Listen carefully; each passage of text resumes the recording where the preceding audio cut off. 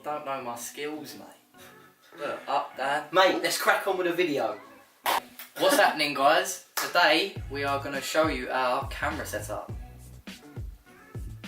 This is the Zhiyun Crane M gimbal. Well, this is half of the gimbal. The other half is in the box, and that is where the batteries go. Now, I'm going to show you guys what comes with the Zhiyun Crane M gimbal. You have a user manual, you have the part that the batteries go in, the gimbal itself, this screws on to there like that. You get 2 batteries that come with the gimbal, which are really good. Apparently they last up to 12 hours on one single charge, so we're really impressed with that. You get a Zhiyun Crane M charger, and it also comes with 2 micro USB ports, one either side, to shorten charging time, which is also a very good feature.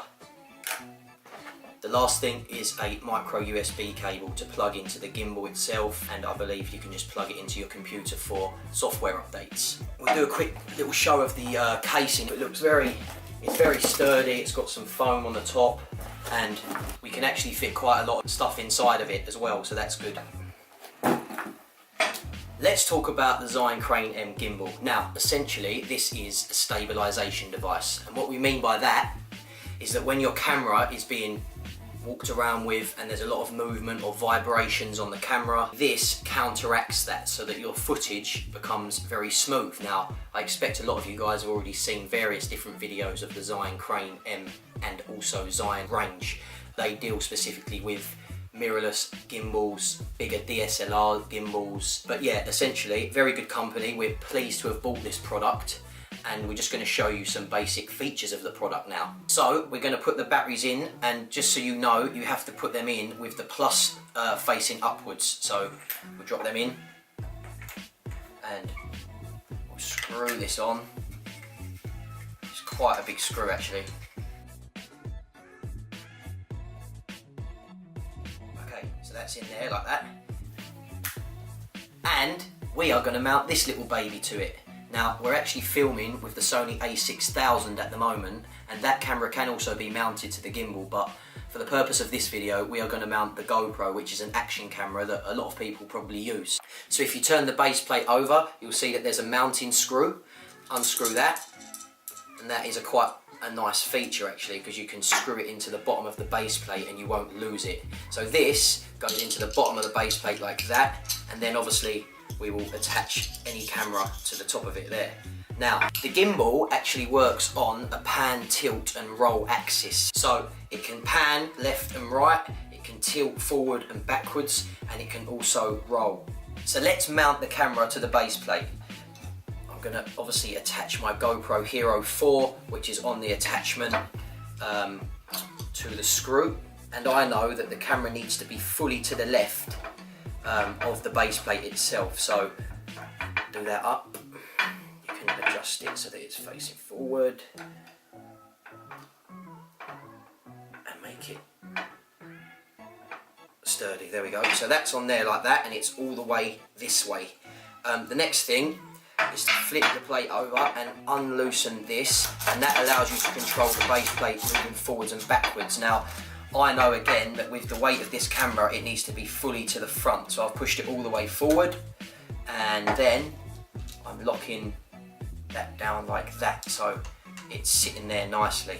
Now, what we are basically trying to achieve while setting this up is so that when we move it up and down like that, the camera doesn't actually fall, so it's sort of self-balancing itself, and the reason for that is so that there is no stress on the internal gimbal motors, so that when you turn it on, it literally is in position as accurately as possible. The next part is to adjust the tilt axis, which is this axis, and I know that the GoPro has to be all the way up like that, so we'll turn that on there like that. And now if I show you, as I was saying earlier on, the camera is basically sitting still now when I turn it like that, so it's nearly balanced. And the last part is to adjust the roll axis, which is this one here. So we'll loosen it, and I believe that... Oh, it's pretty accurate already, yeah, but yeah, it's all the way to the right, so that means that it should be balanced now. Lovely. Where is it? There. Where? There. Oh God, you can't bet that. I can. It's on the picture, you know. Get the camera. You can't hit the that. camera. Mate, you can't. Get the camera. Bloody fly. I'm sorry to all you insect lovers. It had to be done. Goodbye. Jesus. Did you get it? I can't see a fly flying around anymore, so Win. So now the camera and gimbal are completely balanced, and therefore we can turn the gimbal on. To turn it on, press the on button for 3 seconds. A blue light will flash, and you'll see that the camera is now fully stable. As soon as you turn the gimbal on, the default mode is pan following mode. Now what that is basically if I move to the left or move to the right, it's panning and the gimbal is doing the work. The camera is obviously following the gimbal on its own. I'm not doing anything with any of the buttons there. On the gimbal is a joystick, and to adjust the tilt forwards and backwards, you would just use the joystick to go up and down. So that is pan following mode. The second mode is lock mode, and what that basically does is locks all of the axis. To go into that, press the mode button once, and now we are in fully lock mode. So what that means is that when I go over to the left or to the right, you can see the camera is staying facing the camera. Well, the A6000. To adjust the tilt and the pan, we can now use the joystick. So if I go to the right or to the left, it's panning, and again if I go up or down, it's doing the tilt, which is good. And the third mode is pan and tilt following mode. Now to access that mode, double press the mode button, so 1, 2, and now we are in pan and tilt following mode. So you can see that the gimbal is doing all the work in this mode. I don't have to use the joystick to control anything except the roll axis. And what you can do is turn the joystick to the right or to the left, and it will adjust accordingly. Now that is really, really nice. One final feature we'd like to put in, and I find it quite cool, is selfie mode. Now for all you selfie fans out there, you can use this gimbal as a selfie stick essentially. Now to get into selfie mode, press the mode button 3 times in any of the modes, so 1, 2, 3, and the camera will turn around into selfie mode, and you can still use the joystick to adjust it forwards, upwards, and left and right, like that. So we're big fans of the selfie mode, and if you want to get really creative, you can actually use it in inversion mode as well, and that would be perfect for like low shots, tracking feet, football for example. And to get into that mode essentially, you would hold the gimbal like this and go bang like that, and then obviously you can control it from here and use all of the features on the joystick the same way as when you're in normal mode.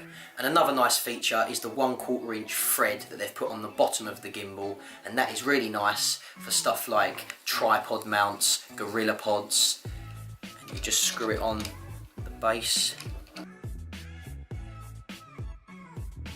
Make sure it's on there quite nicely, like that. And then what we can do with it, this would be nice in inversion mode, but we can essentially hold the gimbal and get that nice extra bit of extension, so there's less stress on your wrists if you're doing low shots. And also we can use it to stand it up on the floor.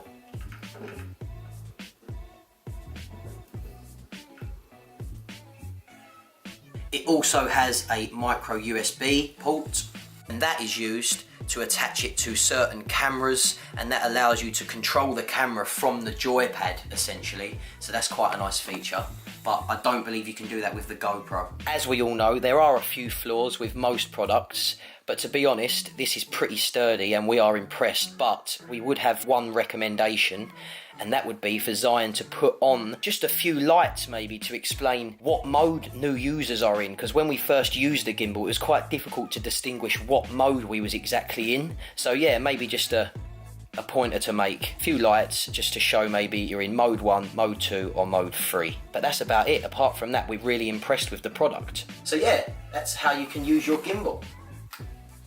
And this is our Zoom H1 handy recorder, which we use for our mic setup.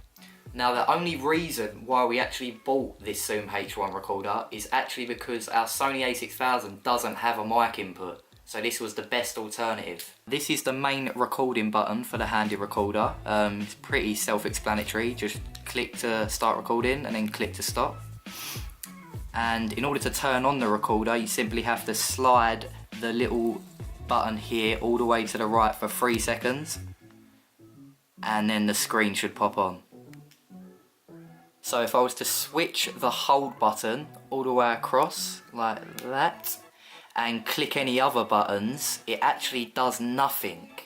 So it's good for when you're out on the use, and if you're got your recorder in a backpack or in your pocket, it's not going to interfere with any other buttons. It also has forward and back buttons to go through your recordings, and these buttons can also be used to rewind and fast forward whilst you're listening. Obviously it has a play and pause button to simply play and pause your recordings. It also has input level buttons used to control the sound in different environments. It has a line in port for external mics and a line out port for headphones. It has volume buttons used to control the sound when playing back recording files. And finally it has a micro SD slot, and surprisingly actually comes with a micro SD card, which is actually pretty sick because it saves you some wonga. The micro SD card that comes with it is a 2 gig card, but as for sound storage, that should be more than enough. So let's test it. So this is the sound coming from the A6000,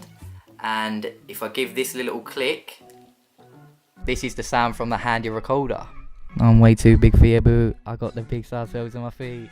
Your face ain't big for my boots, gang jar, kick up the...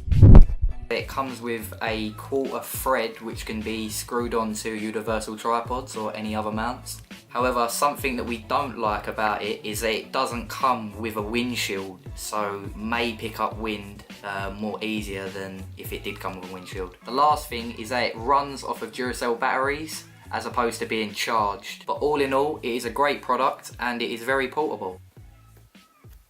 But that ain't all we've got. We've also got the Rode Videomicro, and it comes with a 2-year warranty, which is just sweet. To set it up, you just have to connect the mic to the boom, which is a bit tricky, but a bit of force should go on, and all the way down to the groove. There you go. And then simply just put the windshield on, which just fits in nice and snug. In regards to mounting the mic, it originally comes with a 3/8 thread as opposed to a 1/4 thread that would be used on universal tripods or mounts. So we had to buy a 1/4 thread adapter, which we got off eBay for fairly cheap. It was just a couple of pounds. But it would be helpful if Rode provides this in their future products. So let's connect it to the Zoom H1. What you have to do is grab the lead that comes with the mic, plug it into the aux port, grab the other side and plug that into the line in. Oh, there you go. And this is a test coming from the Rode Videomicro. Should sound pretty nice. So to connect our mic setup, we got some handy clamps.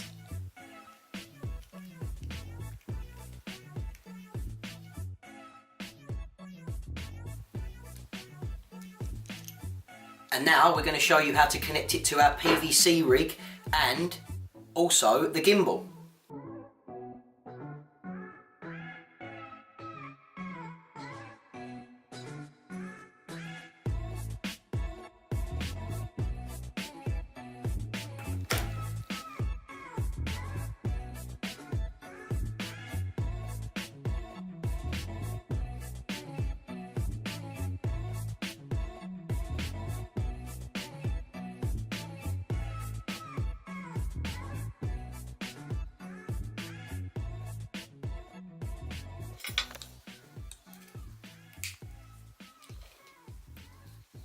And there you have it. This is the mic setup attached to the gimbal if we want to use it without our PVC rig. So we can go outside and get our audio and our nice smooth footage. We hope you enjoyed this video. We are going to do a competition when we get to 1,000 followers on Instagram. I think we have how many remaining? 800? We've got about 800 fucking followers to get to that. Sweet. But we will be doing a competition when we do reach that. So like, share and subscribe to all of our content and the Instagram channel, and please help us. We really enjoy doing these videos for you, and see you shortly. Sweet. Peace.